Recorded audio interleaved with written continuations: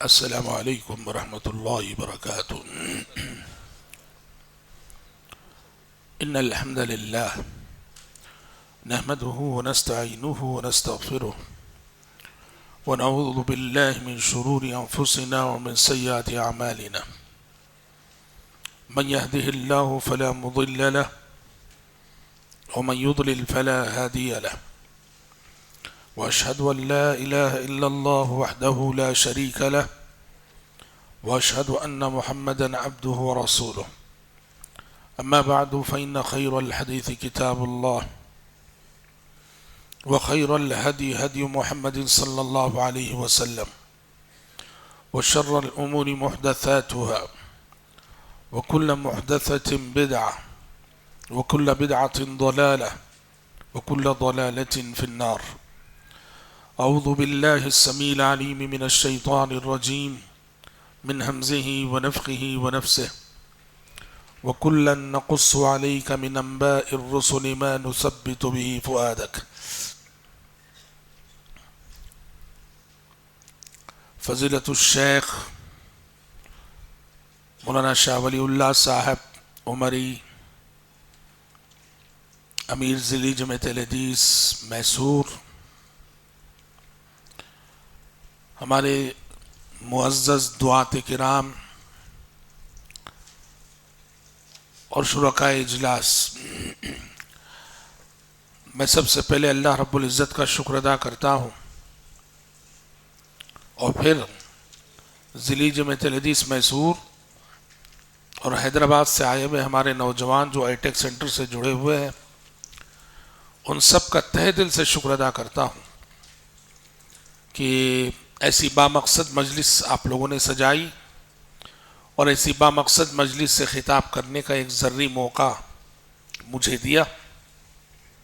میرا ٹاپک ابھی آپ نے سنا، دعوت انبیاء۔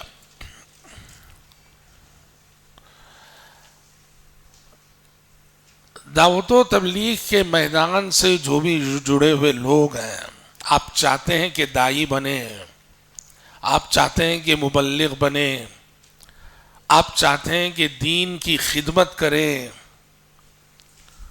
تو بہت ضروری ہوتا ہے کہ آپ کے سامنے اللہ تبارک و تعالیٰ کے پیغمبروں، اللہ تعالیٰ کے رسولوں اور اللہ تبارک و تعالیٰ کے نبیوں کا اسوہ، نمونہ اور آئیڈیل رہے۔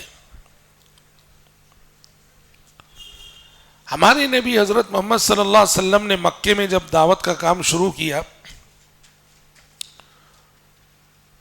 تو اللہ تعالیٰ نے پیارے نبی مکے میں جن جن حالات سے گزر رہے تھے، ان حالات میں آپ کی رہنمائی کے لیے اللہ تبارک و تعالیٰ نے گزرے ہوئے پیغمبروں کے ویسے واقعات آپ کو بتائے، سنائے، جو واقعات کے آپ کو مکی زندگی میں پیش آنے والے حادثات، واقعات کے تناظر میں بڑا سکون دیتے تھے۔ مثال کے طور پر مثال،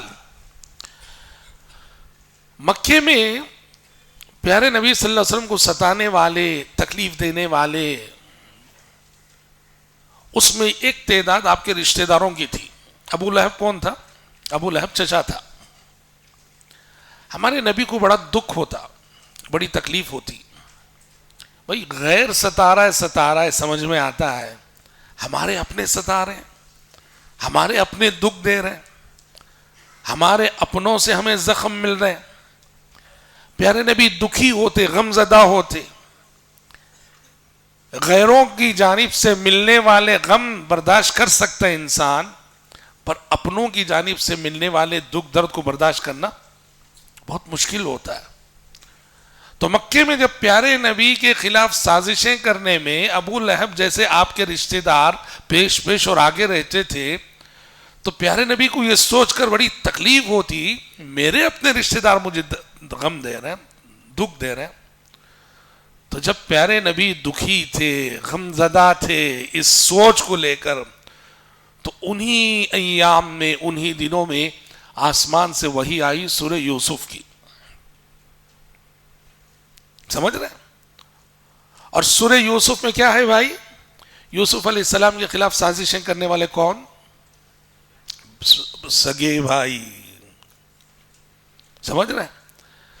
جب پیارے نبی مکے میں اپنے رشتہ داروں کی جانب سے ملنے والے دکھ درد کو لے کے غم زدہ تھے، آسمان سے وحی آئی سورہ یوسف لے کر، اے پیغمبر دکھی نہ ہو، آپ کے اپنے آپ کو ستا رہے ہیں تو آپ سے پہلے گزرے پیغمبروں کے ساتھ بھی یہی ہوا ہے.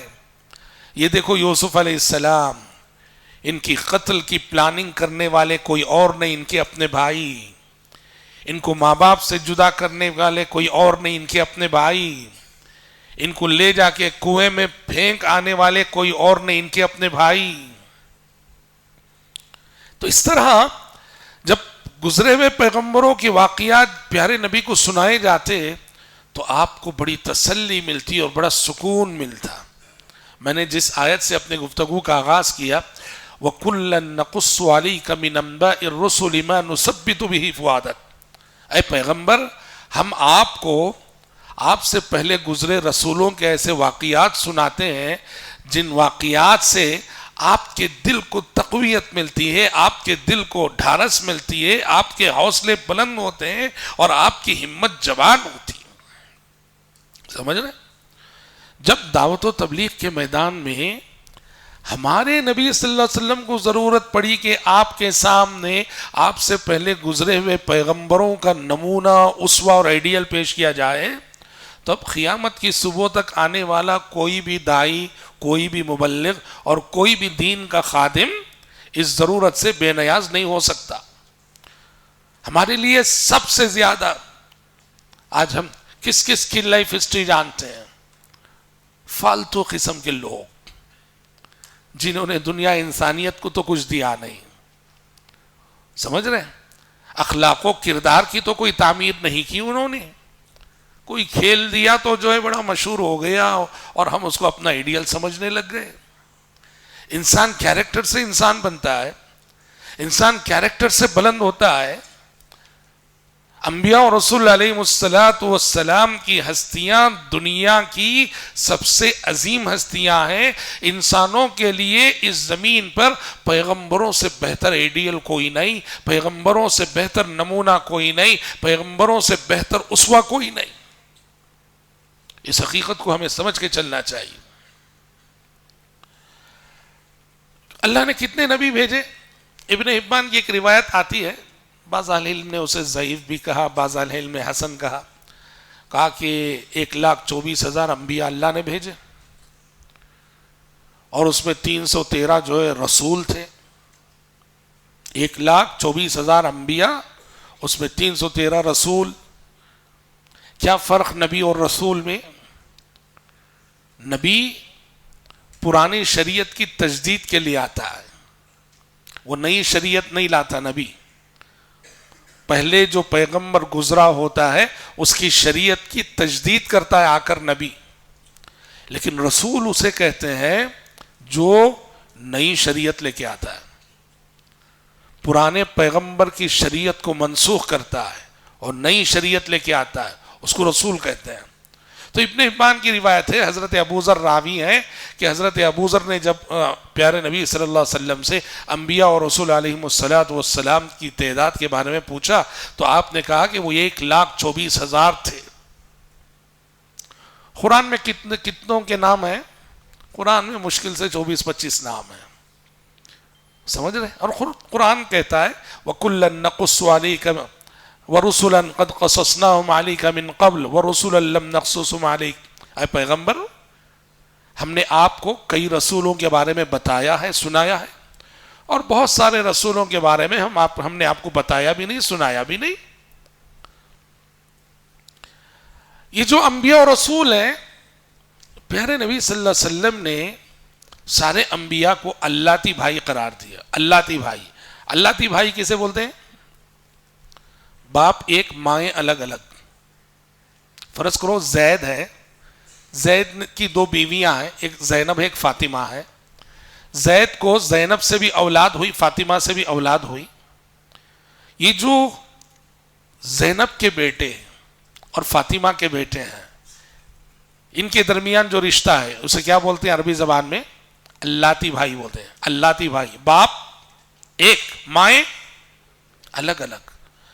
پیارے نبی نے کہا انبیاء بھی ویسے ہی، سارے انبیاء آپس میں اللاتی بھائی ہیں. کیسے اللاتی بھائی؟ سارے پیغمبروں کا دین ایک ہے، شریعتیں الگ الگ ہیں. سمجھ گئے آپ؟ سارے پیغمبروں کا دین ایک ہے، دین توحید. آدم علیہ السلام سے لے کر محمد صلی اللہ علیہ وسلم تک سارے پیغمبروں کا دین ایک رہا، توحید توحید توحید.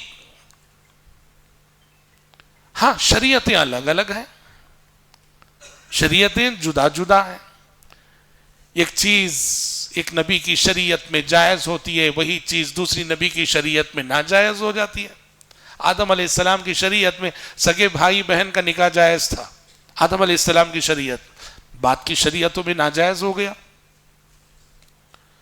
حضرت نوح علیہ السلام اور لوط علیہ السلام کی شریعت میں کافر اور مشرک عورت سے نکاح جائز تھا، بعد کی شریعتوں میں ناجائز ہو گیا. شریعتیں پیغمبروں کی بدلتی رہیں لیکن پیغمبروں کا دین کبھی نہیں بدلا، دین اسلام دین توحید. تو اس معنی میں آپ صلی اللہ علیہ وسلم نے کہا کہ انبیاء سب اللاتی بھائی ہیں کہ جن کا دین ایک ہے اور شریعتیں جدا جدا اور الگ الگ ہیں. حضرت آدم سے محمد صلی اللہ علیہ وسلم تک جتنے رسول آئے، ان رسولوں کی دعوت کا خلاصہ کیا ہے؟ اسے اگر مختصر الفاظ میں اگر کہنا چاہیں تو دو باتیں، ایک ہے توحید اور ایک ہے اخلاق. یہ سارے پیغمبروں کی دعوت کا نچوڑ اور خلاصہ ہے، توحید اور اخلاق. ہر نبی نے اپنے زمانے میں اپنی قوم کو اللہ الہ واحد کی طرف بلایا، توحید کی دعوت دی، شرک سے منع کیا. قرآن میں جہاں جہاں نبیوں کا تذکرہ ہے، پیغمبروں کا تذکرہ دیکھ لینا، اللہ ہر جگہ یہی کہتا ہے کہ جب بھی کوئی رسول اپنی قوم کے پاس جاتا پہلی دعوت اسی بات کی دیتا، یا قوم اعبدوا اللہ ما لکم من الہ غیرہ، اے میری قوم کے لوگوں عبادت صرف اللہ کی کرو، اللہ کے سوا کوئی عبادت کے لائق نہیں. وَلَقَدْ بَعَثْنَا فِي كُلِّ أُمَّةٍ رَسُولًا أَنِ اعْبُدُوا اللَّهَ وَاجْتَنِبُوا الطَّاغُوتَ. ہم نے ہر قوم میں ایک رسول بھیجا جو کیا دعوت لے کے جاتا تھا کہ لوگوں اللہ کی عبادت کرو اور طاغوت کی عبادت سے بچو. طاغوت اللہ کے سوا جس کی بھی عبادت کی جائے وہ طاغوت ہے. وَمَا أَرْسَلْنَا مِن قَبْلِكَ مِن رَّسُولٍ إِلَّا نُوحِي إِلَيْهِ أَنَّهُ لَا إِلَهَ إِلَّا أَنَا فَاعْبُدُونِ.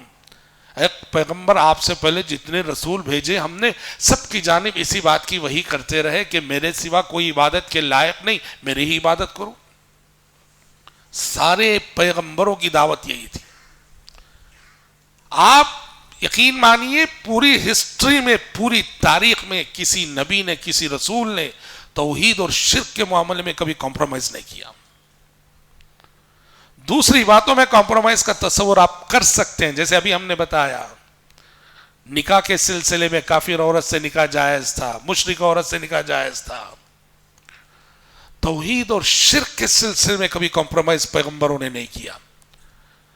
اللہ کے ساتھ شرک کو کبھی جائز قرار دیا گیا اور کبھی نہیں ہوا.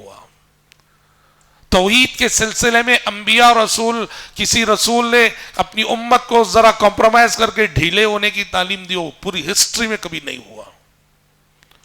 تو سب سے پہلی چیز ہے توحید، انبیاء کی دعوت کا نچوڑ اور خلاصہ. اور دوسری چیز ہے اخلاق. یاد رکھنا پیغمبروں کی دعوتی جو زندگی تھی، کوششیں تھی، اس میں آپ دیکھیں گے توحید اور اخلاق کا بڑا مضبوط گٹھ جوڑ ہے. توحید کو آپ اخلاق سے الگ نہیں کر سکتے، اخلاق کو آپ توحید سے الگ نہیں کر سکتے. پیغمبروں کی دعوت اگر آپ دیکھیں گے، اسلام عقیدے کی دعوت ہے اور اس دعوت کو ہمیشہ اخلاق کی طاقت آگے بڑھاتی ہے. اسلام عقیدے کی دعوت ہے اور اس دعوت کو ہمیشہ اخلاق کی طاقت آگے بڑھاتی ہے. تو پیغمبروں کو دیکھیں گے آپ علیہم الصلاۃ والسلام، اخلاق کی تعلیم مثال کے طور پر سورہ شعراء ہے، 19ویں پارے میں سورہ شعراء. سورہ شعراء میں آپ دیکھتے جاؤ اللہ نے کئی پیغمبروں کا تذکرہ کیا، انہوں نے اپنی قوم کو کیا دعوت دی. یہاں آپ دیکھیں گے کہ شرک کے ساتھ ساتھ ہر قوم کے اندر ایک اخلاقی برائی پائی جاتی ہے. پیغمبر جہاں شرک کے خلاف بولتا ہے وہیں اپنی قوم کے اندر پائی جانے والی اخلاقی برائی کو بھی ٹارگٹ کرتا ہے. مثال کے طور پر سورہ شعراء میں آپ دیکھیں گے حضرت نوح علیہ السلام. نوح علیہ السلام کی قوم میں کیا اخلاقی برائی تھی؟ شرک تو تھا ہی، شرک کے ساتھ ساتھ نوح علیہ السلام کی قوم میں تھا اونچ نیچ کا تصور.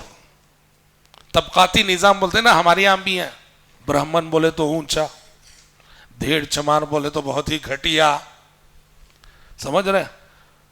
یہ جو طبقاتی نظام ہے انسانوں کو بانٹ دینا، کچھ بہت اونچے بہت بلند اور کچھ بہت نچلے بہت گھٹیا، یہ جو طبقاتی نظام ہے اسلام اس کا قائل نہیں.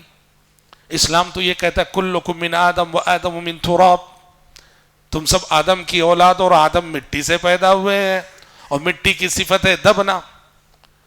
نوح علیہ السلام کی قوم میں دیکھیں گے یہ ذہن تھا، یہ مزاج تھا، لوگوں کو ان کے پیشوں کی بنیاد پہ حقیر سمجھنا. ہم بڑے ہیں وہ چھوٹا ہے. انہوں نے جب نوح علیہ السلام نے ان کو دعوت دی انہوں نے کہا انؤمن لک واتبعک الارذلون، انؤمن لک واتبعک الارذلون. اے نوح تم کہتے ہو کہ ہم تم پہ ایمان لائیں اور دیکھو تم پہ ایمان لانے والے کون ہیں؟ سب ہماری سوسائٹی کے سب سے گھٹیا لوگ ہیں. سمجھ رہے؟ نوح علیہ السلام نے کہا قال وما علمی بما كانوا يعملون ان حسابهم الا على ربي لو تشعرون. کہا کہ لوگوں کو ان کے پیشوں کی بنیاد پہ تقسیم کرنا یہ میرا شیوا نہیں ہے، میرا طریقہ نہیں ہے، میرے رب کا حکم نہیں ہے، میری نظروں میں سب برابر ہیں. نوح علیہ السلام نے جہاں اپنی قوم کے شرک کو ٹارگٹ کیا وہیں اس برائی کو بھی ٹارگٹ کیا. ہود علیہ السلام کو دیکھیں گے آپ.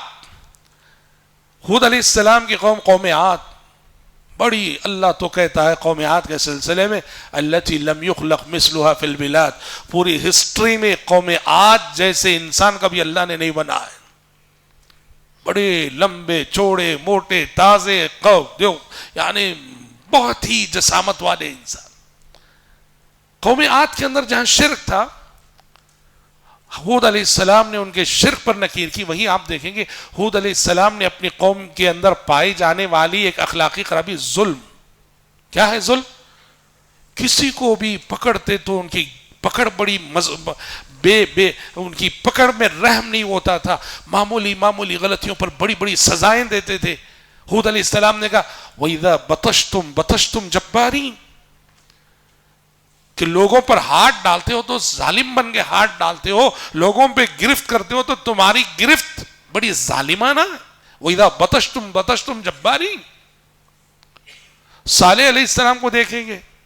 صالح علیہ السلام نے جہاں میں کیا بتانا چاہ رہا ہوں، پیغمبر توحید کے ساتھ ساتھ شرک کے ساتھ ساتھ قوم کے اندر پائی جانے والی اخلاقی خرابیوں کو بھی ٹارگٹ کرتا ہے اور پہلے دن سے کرتا ہے. صالح علیہ السلام کی قوم میں کیا تھا؟ صالح علیہ السلام کی قوم میں کیا کہیں اسے، کلچر کا بگاڑ تھا. کیسے کلچر کا بگاڑ؟ جس کو اردو زبان میں کہتے ہیں تہذیبی اسراف.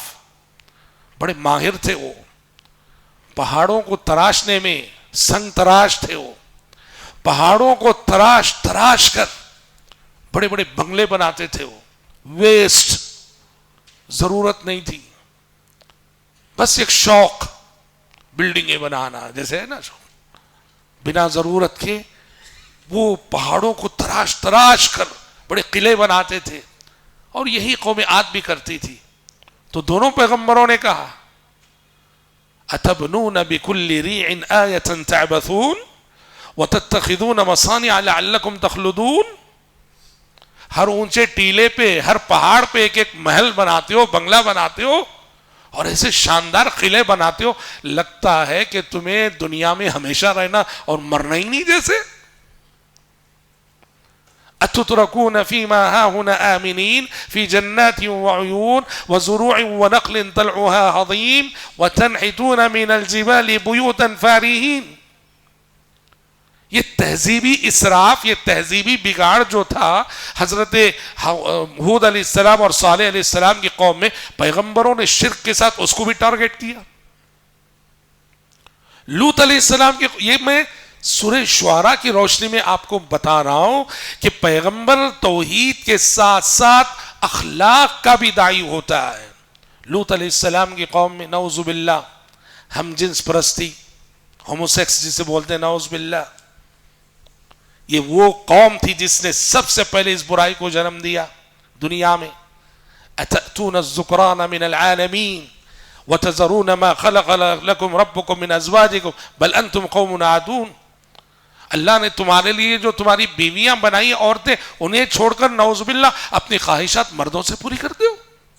ما سبقکم بها من احد من العالمین. اس برائی کی طرف تم سے پہلے دنیا میں کسی نے پہل نہ کی، سبقت نہ کی. کیسے گھٹیا لوگ ہو تم. فطرت کو الٹ دیا تھا انہوں نے، فطرت کو الٹ دیا. اللہ نے بھی کیا کیا؟ اللہ نے بھی کیا کیا؟ اللہ نے بھی اس قوم کے سب کو ویسی ہی سزا دی. جبریل امین ان کی بستے کو اپنی پر پہ اٹھا کے آسمانوں تک لے گئے، بلندیوں تک لے گئے، اور جیسے انہوں نے فطرت کو الٹا تھا ان کی بستی کو الٹ دیا گیا. شعیب علیہ السلام کی قوم میں آپ دیکھیں گے ناپ تول میں کمی کرنا، ناپ تول میں کمی. تو جہاں شعیب علیہ السلام نے شرک کو ٹارگٹ کیا، وہیں یہ جو برائی تھی ناپ تول میں کمی کرنا، 10 کلو ہے بول کے دینا، 1 کلو ڈنڈی مار دینا، 9 کلو ہی دینا. اوفوا الکیل ولا تکونوا من المخسرین وزنوا بالقسطاس المستقیم. الغرض قرآن میں جہاں بھی پیغمبروں کا دعوتی تذکرہ آیا ہے بھائیوں، آپ دیکھیں گے کہ پیغمبر جہاں توحید کا داعی ہوتا ہے، توحید کی طرف بلاتا ہے، وہیں اعلیٰ اخلاق کی بھی تعلیم دیتا ہے. توحید اور اخلاق، عقیدہ اور اخلاق، یہ دونوں ساتھ ساتھ چلنا چاہیے. اچھا، اللہ کا ایک قانون یہ بھی رہا، پیغمبروں کو ایک معجزہ دیتا تھا اللہ. معجزہ کیا ہے؟ معجزہ ایک ایسا کرشمہ جو کسی کے بس میں نہ ہو، اور وہ معجزہ ایک پروف ہوتا، ثبوت ہوتا کہ یہ اللہ کی مدد اس بندے کے ساتھ ہے. کیسا معجزہ؟ صالح علیہ السلام کو اللہ نے دیا، پہاڑ کی ایک چٹان تھی، چٹان سے ایک حاملہ اونٹنی نکلی، چٹان سے حاملہ اونٹنی نکل آئی. موسیٰ علیہ السلام کو عصا دیا گیا، لاٹھی سمندر پہ مارتے رستہ بن جاتا، لاٹھی پتھر پہ مارتے پانی کے چشمے بہہ پڑتے تھے. عیسیٰ علیہ السلام کو دست شفا دیا گیا اللہ کے حکم سے، وہ اللہ کے حکم سے چھو کر جو مادر ذات اندھا ہوتا تھا اللہ کے حکم سے بینا کر دیتے تھے، بینائی لوٹ آتی. اللہ کے حکم سے چھو کر مردے کو زندہ کرتے تھے عیسیٰ علیہ السلام. اللہ نے پیغمبروں کو معجزات دیے، سمجھ رہے ہیں؟ اور معجزات کے سلسلے میں اللہ کا قانون کیا تھا جانتے ہیں؟ زمانہ جس فن میں ماہر ہوتا تھا، پیغمبر کو معجزہ بھی ایسا دیا جاتا کہ وہ زمانے والوں کو اسی فن میں شکست دے سکے، اسی فن میں چیلنج کر سکے. یہ اللہ کا قانون رہا. موسیٰ علیہ السلام کا زمانہ جادوگروں کا زمانہ، پورے مصر میں بڑے بڑے جادوگر پائے جاتے تھے موسیٰ علیہ السلام کے زمانے میں. تو اللہ نے موسیٰ علیہ السلام کو بھی معجزہ ویسے ہی عطا کیا.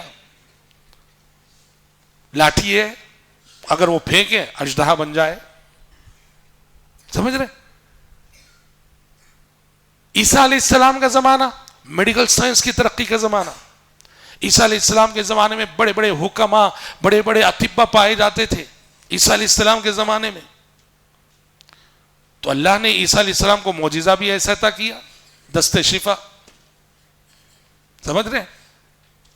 مادر جو پیدائشی اندھا ہو کبھی کوئی ڈاکٹر میڈیکل سائنس میں یہ طاقت نہیں کہ جو پیدائشی اندھا ہو اس کی بینائی لوٹا سکے. عیسیٰ علیہ السلام اللہ کے حکم سے بینائی لوٹاتے تھے. سمجھ رہے؟ تو اللہ پیغمبروں کو معجزات سے نوازتا تھا. اچھا ایک بات یہاں جو میں ایک بات کہنا چاہتا ہوں وہ یہ کہ بعض پیغمبر ایسے ہیں کہ جن کے پاس بظاہر کوئی معجزہ نہیں دیا گیا لیکن ان کا کیریکٹر معجزہ تھا. کیسے بھائی؟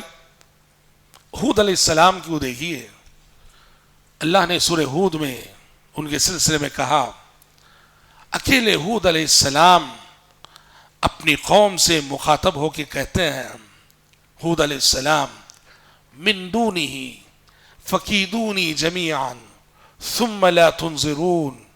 پوری قوم سے ہود علیہ السلام چیلنج کرتے ہیں کہ دیکھو میں اکیلا ہوں, تم سب پورے میرے مخالف ہو, دشمن ہو, میں چیلنج کرتا ہوں کہ تم میرا کچھ بگاڑ سکتے ہو تو بگاڑ کے دکھا دو, میں اپنے رب کے حفظ و امان میں ہوں اور ذرا مہلت نہ دو, جو کرنا ہے ابھی کرو میرے ساتھ. ایک تنہا فرد, ایک تنہا شخص اپنی قوم سے یوں کھڑے ہو کے چیلنج کرتا ہے اور پوری قوم ہزاروں کی تعداد میں ہو کر بھی اس شخص کا کچھ بگاڑ نہیں سکتی ہے. اہل علم لکھتے ہیں کہ حضرت ہود علیہ السلام کا یہ معجزہ تھا کہ تنے تنہا کھڑے ہو کر اپنی قوم کو للکارا انہوں نے. ان کی طاقت کیا تھی؟ اللہ پر یقین اور اللہ پر توکل. اور پوری قوم مل کے ان کا کچھ بگاڑ نہ سکی, کچھ بگاڑ نہ پائی. یہ تو معجزہ ہے. تو کہنا یہ ہے بھائیو کہ ہمارے پاس, آپ کے پاس جب ہم بحیث ابتدائی بحیث مبلغ جائیں گے تو کیریکٹر ہونا چاہیے, کردار ہونا چاہیے, بے مثال کیریکٹر, بے مثال کردار, اللہ پر غیر معمولی یقین, اللہ پر توکل. یہ چیزیں لے کر جب آگے بڑھو گے تو دعوتی زندگی میں آپ دیکھیں گے بڑے کرشمے ہوں گے. پیغمبر رسول اس دنیا میں انسانیت کا سب سے بڑا ہمدرد ہوا کرتا ہے. اس دنیا میں رسولوں سے بڑھ کر انسانیت کے ہمدرد کوئی اور نہیں, کوئی نہیں. ہیومینٹی کی بات کرنے والے تو بہت ہیں, لیکن آپ ان سب کی تاریخ پڑھیں گے, سب سے زیادہ انسانوں کا خون ایسے ہی لوگوں نے کیا ہے جو پیس کے نعرے لگاتے تھکتے نہیں, ہیومینٹی کہتے تھکتے نہیں. انسانیت کو سب سے زیادہ شرمسار انہی لوگوں نے کیا ہے. پوری ہسٹری میں نبیوں سے بڑھ کر, رسولوں سے بڑھ کر انسانیت کا خیر خواہ, انسانیت کا ہمدرد کوئی اور نہیں ہو سکتا. ایک موقف ملاحظہ کیجیے. فرشتے آئے, کس کے پاس آئے بھائی؟ حضرت ابراہیم علیہ السلام کے پاس. کس لیے آئے فرشتے ابراہیم علیہ السلام کے پاس؟ دو مقصد لے کر آئے, یہ سنیے آپ. ایک مقصد تو ابراہیم علیہ السلام بوڑھے ہو گئے, اولاد نہیں, بچے نہیں. حضرت سارہ سے امید ہے, اللہ سے دعائیں کر رہے وہ, اللہ سے التجائیں کر رہے وہ. تو فرشتوں کو اللہ نے بھیجا ہے ابراہیم علیہ السلام کو اولاد کی بشارت سنانے کے لیے, اولاد کی خوشخبری دینے کے لیے. اچھا یہی فرشتے ایک دوسرا مقصد بھی لے کر آئے تھے, اور وہ ہے قوم لوط. کیونکہ لوط علیہ السلام ابراہیم علیہ السلام کے بھتیجے تھے. قوم لوط بھی ابراہیم علیہ السلام کے زمانے ہی میں پائی گئی, ہو اسی زمانے میں تھی وہ. یہ جو فرشتے آئے تھے نا, دو مقصد لے کر آئے. ایک تو ابراہیم علیہ السلام کو اولاد کی خوشخبری سنانا, اور دوسرا قوم لوط پر عذاب لانا. تو فرشتے پہلے کہاں گئے؟ حضرت ابراہیم علیہ السلام کے پاس گئے. لوط علیہ السلام کے پاس جانے سے پہلے ابراہیم علیہ السلام کے پاس گئے اور جا کر خوشخبری سنائی کہ اللہ نے آپ کی دعائیں سن لی, اولاد ہونے والی ہے آپ کے گھر. خوش ہو گئے. یا ویلتا االد وانا عجوز وهذا بعلی شیخا. حضرت سارہ جو تھیں ہاں کہنے لگی سبحان اللہ, اس بڑھاپے میں اولاد ہوگی کیا؟ ایک تو میں بانجھ ہوں, میرے شوہر بھی بوڑھے ہو چکے ہیں. ان هذا لشیء عجیب. لیکن اتنی بڑی خوشخبری، بڑھاپے میں جس اولاد کا انتظار زندگی بھر انہوں نے کیا، جس اولاد کی امید انہوں نے زندگی بھر رکھی، اور آج وہ امید بر آئی، آسمان سے فرشتوں نے آ کر یہ خوشخبری سنائی کہ ابراہیم تمہارے گھر اولاد ہونے والی ہے. ذرا تصور کرو یہ کتنی بڑی خوشی کا موقع ہے. ابراہیم علیہ السلام کے گھر اس لمحے کتنی خوشی رہی ہوگی.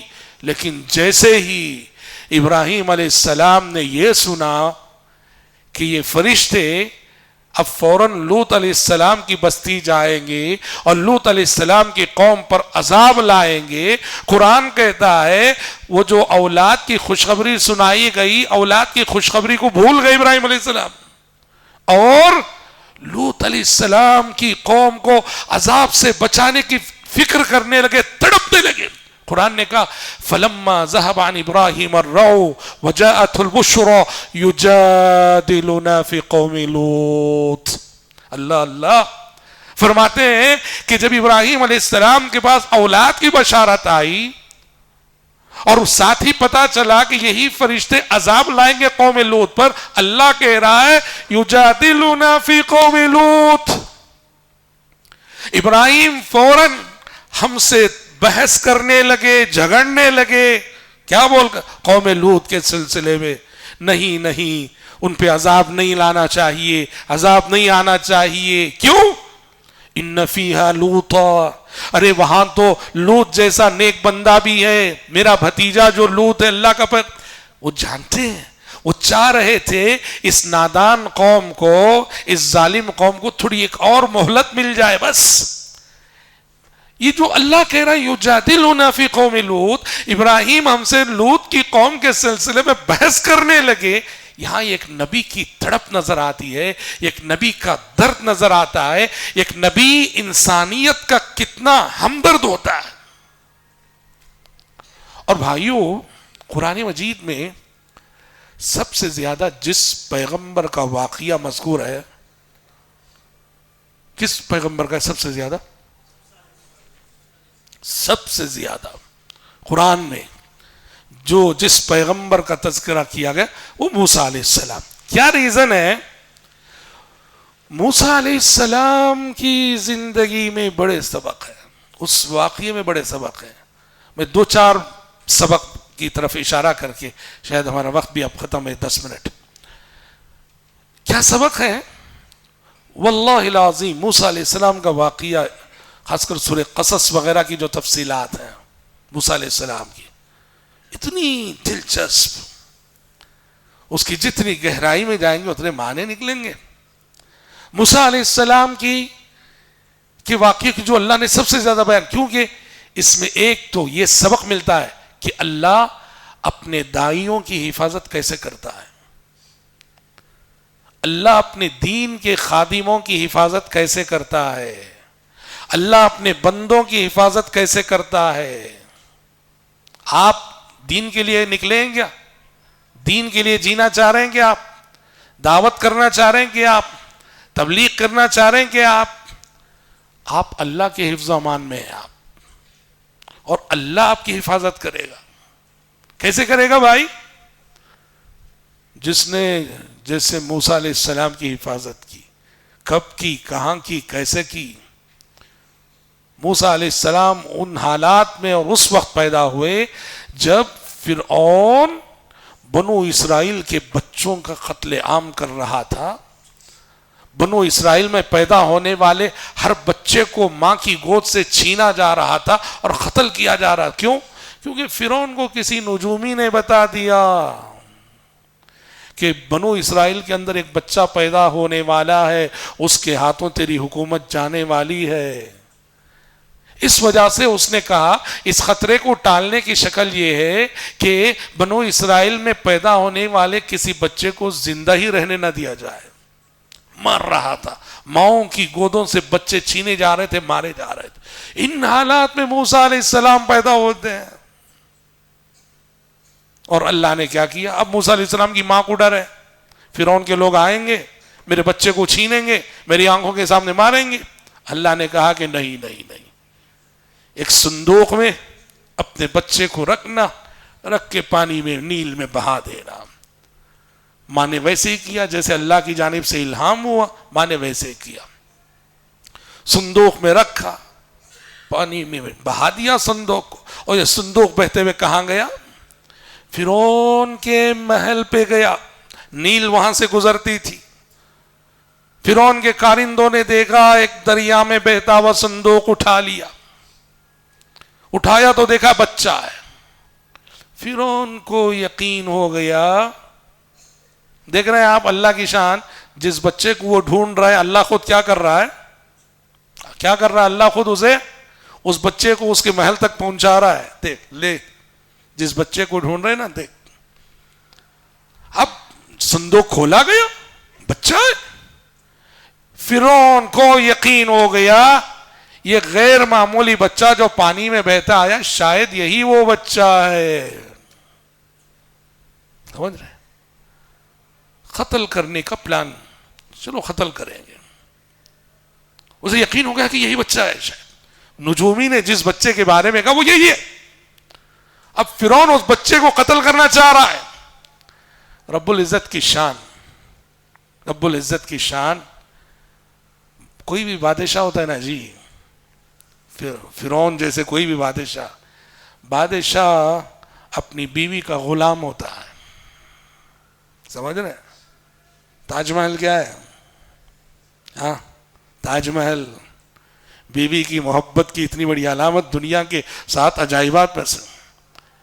بادشاہ وہ سارے ملک کو ناراض کر لے گا، اپنی ملکہ اور اپنی بیوی کو ناراض نہیں کرے گا۔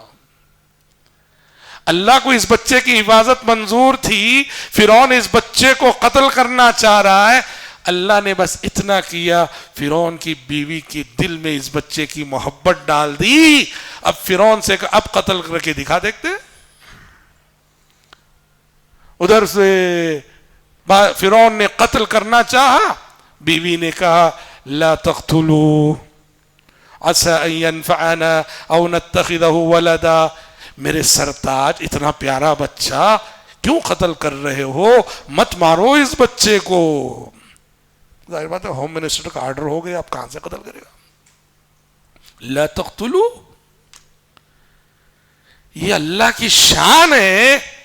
اللہ نے کہا جس بچے کو تو ڈھونڈ رہا ہے میں اسے تیرے گھر میں تیری نظروں کے سامنے پالوں گا، تیری آنکھوں کے سامنے پالوں گا۔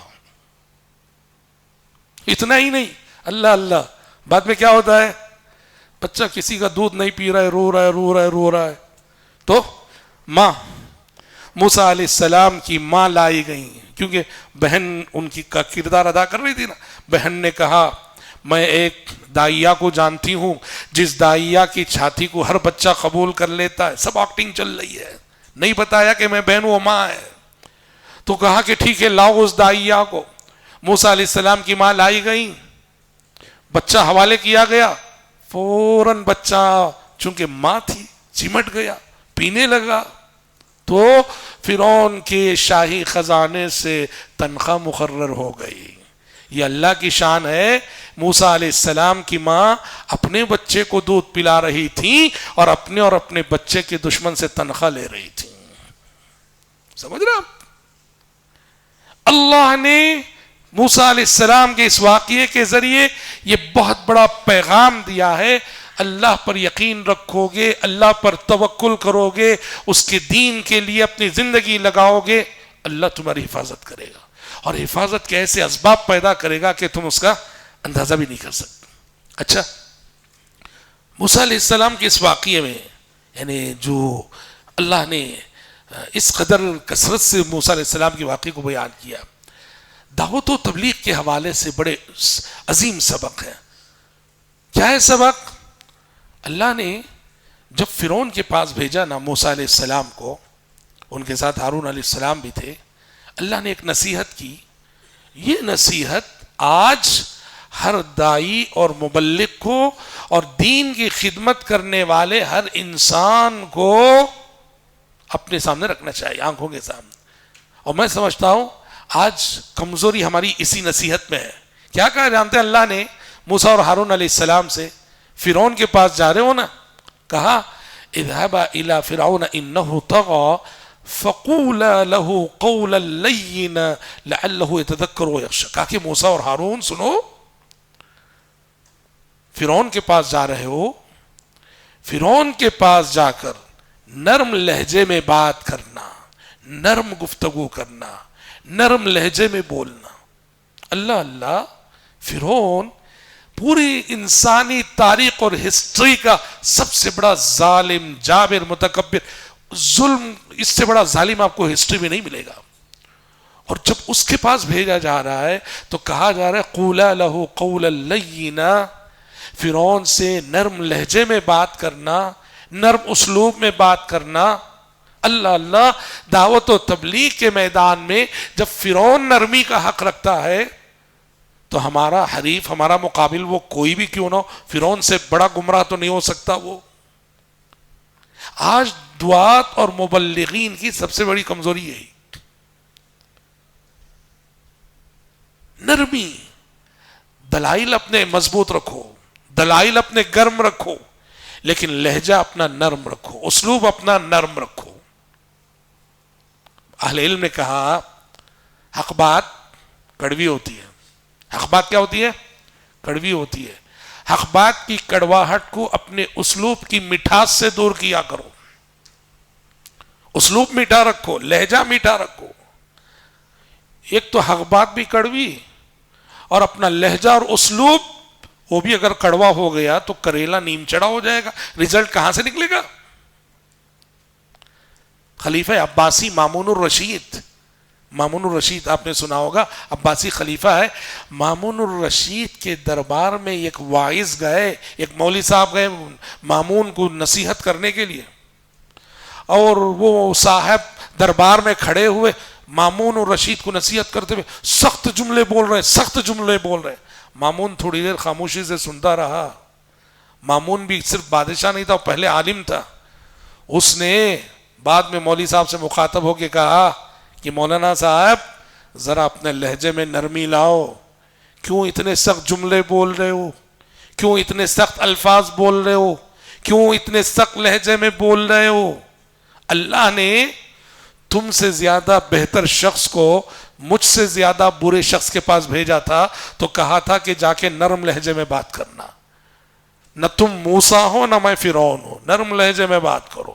لاجواب کر دیا مامون نے اس مولوی صاحب کو، اس دائی کو، اس واعظ کو.